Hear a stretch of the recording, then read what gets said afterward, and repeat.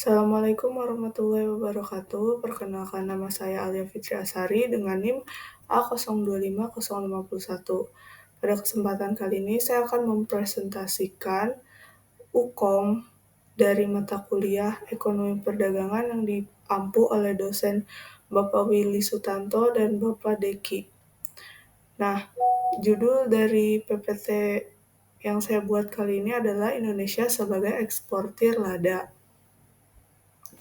Selanjutnya, pada soal nomor 1, membahas tentang kelangkaan, pilihan, biaya oportunitas, serta hubungannya dengan perdagangan. Nah, dalam perdagangan lada Indonesia, kelangkaan ini muncul karena tidak semua negara bisa menanam lada dengan kualitas tinggi seperti Indonesia. Oleh karena itu, lada menjadi komoditas bernilai. Petani dan pemerintah juga harus membuat pilihan. Nah, pilihannya itu apakah menjual ke pasar lokal atau eh, mengekspornya ke luar negeri. Kemudian, setiap pilihan itu memiliki dampaknya tersendiri. Contohnya, saat memilih ekspor ada biaya oportunitas. Biaya oportunitas yaitu kesempatan yang hilang, seperti berkurangnya pasokan untuk industri dalam negeri. Namun, ekspor ini dipilih karena harganya lebih tinggi dan bisa meningkatkan pendapatan petani serta devisa negara. Kemudian ada permintaan dan penawaran serta keseimbangan pasar. Nah, permintaan lada ini datang dari negara-negara seperti Vietnam, India, Amerika Serikat, Jerman, dan Jepang. Sementara penawarannya ini berasal dari petani dan perkebunan di daerah penghasil utama, seperti Bangka Belitung, Lampung, Kalimantan Barat, dan Sulawesi.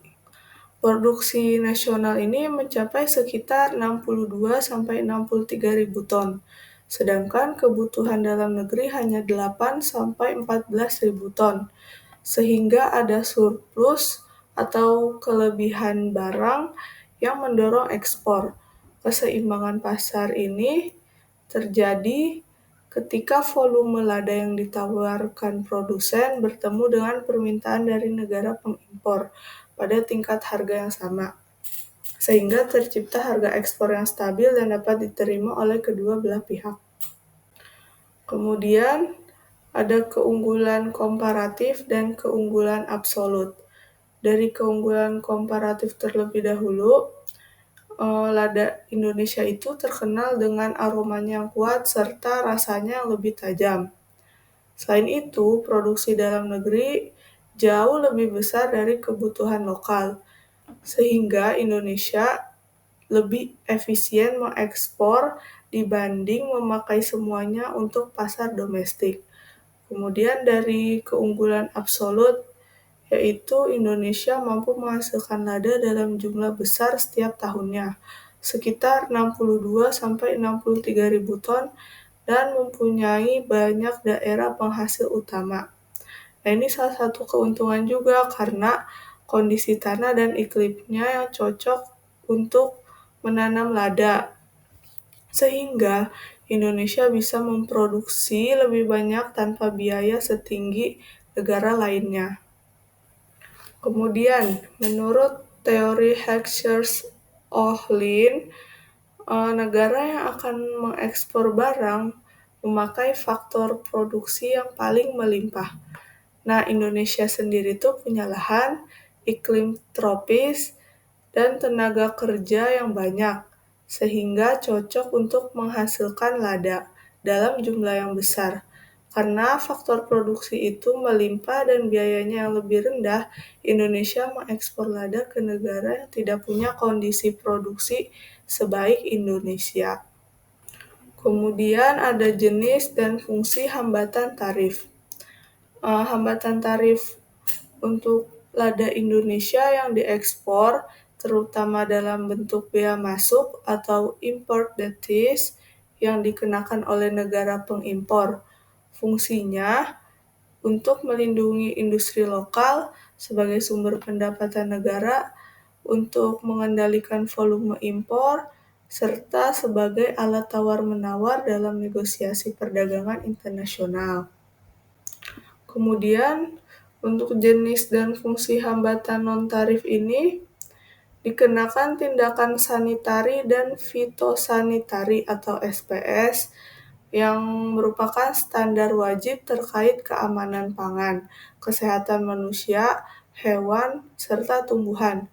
Contohnya itu termasuk pada batas maksimum residu atau BMR pestisida, kontaminan, contohnya seperti aflatoksin atau bakteri, dan sertifikasi bebas penyakit tanaman. Nah, hambatan teknis perdagangan atau TBT ini mencakup regulasi teknis, standar kualitas, pengemasan, pelabelan, dan persyaratan sertifikasi umum lainnya yang tidak terkait langsung dengan SPS.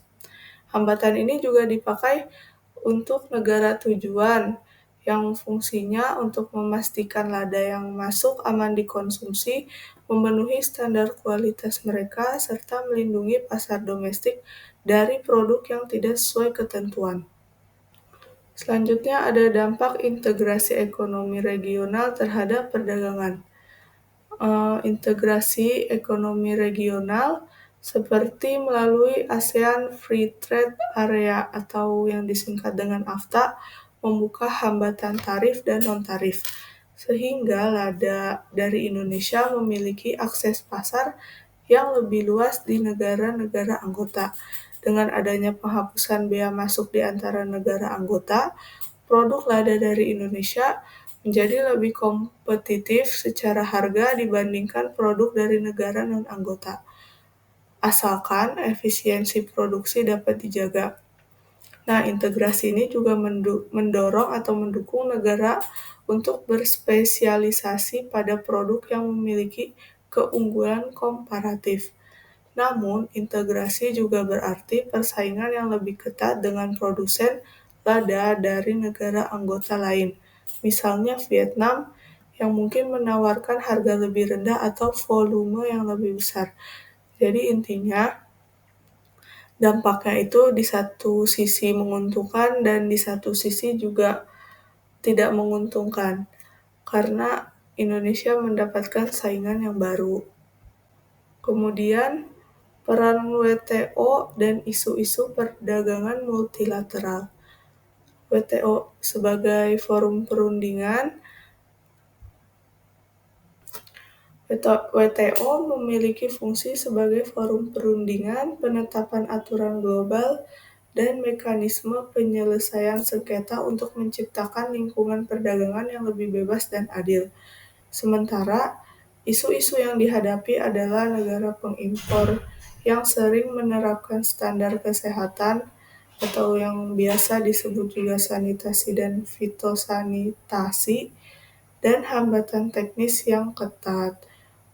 Dalam pasar lada sangat kompetitif dengan produsen utama lain, seperti Vietnam.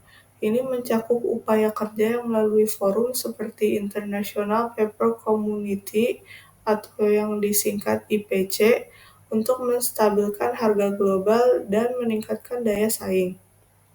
Kemudian, ada isu dumping dan safeguard. Organisasi Perdagangan Dunia atau WTO tidak melarang perusahaan melakukan dumping, tetapi mengizinkan pemerintah dari negara yang bersangkutan yang dirugikan untuk mengenakan bea masuk anti-dumping atau BMAD untuk menetralisir kerugian tersebut. Sementara untuk safeguard, seperti menaikkan tarif bea masuk atau membatasi kuota impor secara sementara untuk melindungi industri lokal atau dalam negeri.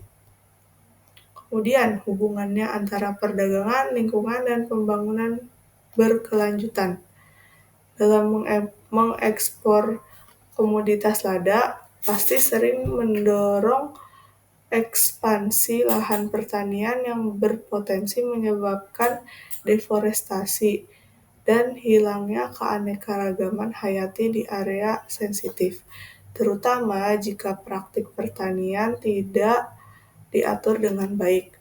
Penggunaan agrokimia yang berlebihan untuk memerangi hama dan penyakit serta meningkatkan hasil panen dapat mencemari tanah dan sumber air, yang berdampak buruk pada ekosistem lokal dan kesehatan petani.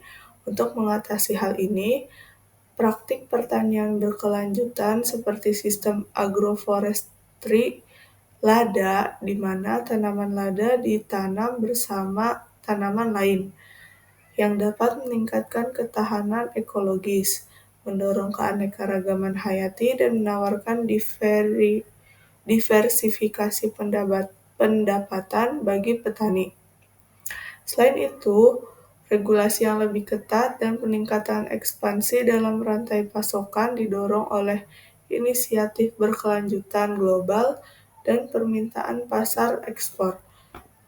Ini sangat penting untuk memastikan akuntabilitas dan meminimalisir dampak lingkungan negatif, sekaligus mendukung pembangunan ekonomi jangka panjang.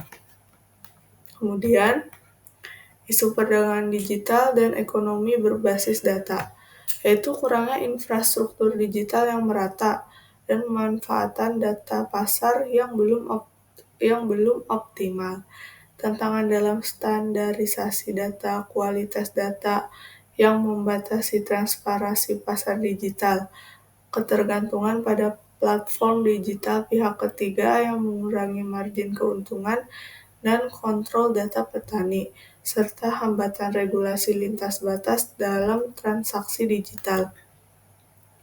Kemudian peran metrologi dan instrumentasi dalam memfasilitasi perdagangan yang adil, yaitu memastikan perdagangan lada yang adil dengan memastikan pengukuran kuantitas atau berat dan kualitas, yaitu seperti kadar air dan ukuran bijinya yang akurat dan terstandarisasi secara internasional. Lada dari Indonesia yang diekspor tidak harus memiliki nomor standar nasional Indonesia atau SNI. SNI ini sering diterapkan sebagai standar wajib untuk produk yang beredar di pasar domestik dan berfungsi sebagai nilai tambah yang direkomendasikan untuk meningkatkan daya saing di pasar global, bukan persyaratan wajib untuk ekspor secara umum. Terima kasih, kurang lebihnya mohon maaf. Wassalamualaikum warahmatullahi wabarakatuh.